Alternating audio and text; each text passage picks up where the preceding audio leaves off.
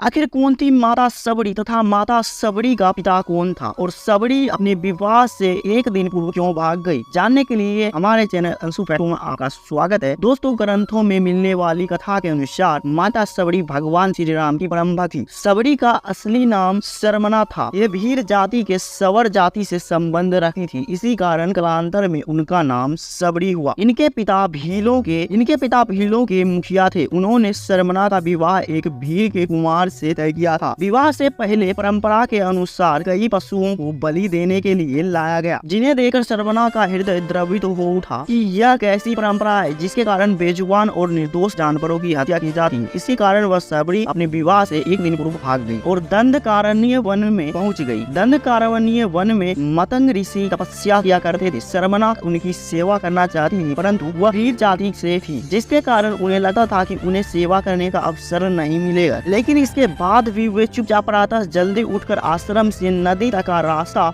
से सारे कंकर और कांटे को चुनकर पूरे रास्ते को भली भांति साफ कर दिया करती थी और रास्ते में बालू बिछा देती थी। एक दिन जब सबरी यह सब कार्य कर रही थी तो ऋषि श्रेष्ठ ने उन्हें देख लिया। वे सबरी की सेवा भावना से अत्यंत प्रसन्न हुए। उन्होंने अपने आश्रम में सबरी को शरण दे दिया। सबरी वहीं पर रहने लगी। एक दिन जब ऋषि मतंग को लगा कि उनका अंत समय निकट है, तो उन्होंने सबरी से कहा कि वे अपने आश्रम में ही प्रभु श्री राम की प्रतीक्षा करें। वे एक दिन अवश्य ही उनसे मिलने आएंगे। मतंग ऋषि की मृत्यु के पश्चात सबरी का समय भगवान श्री राम की प्रतीक्षा में बीतने लगा। वह अपने आश्रम को एकदम साफ सुथरा रखती थी और प्रतिदिन भगवान राम के लिए मीठे बेर तोड़कर लाती थी। एक भी बेर खटा ना हो, इसके लिए वह एक एक बेर चखकर तोड़ती थी। ऐसा करते करते कई वर्ष बीत गए। एक दिन सबरी को पता चला कि दो सुंदर युवक उन्हें खोज रहे हैं। वे समझ गई कि उनके प्रभु राम आ गए हैं। अब तक उनका शरीर बहुत वृद्ध हो गया था, परंतु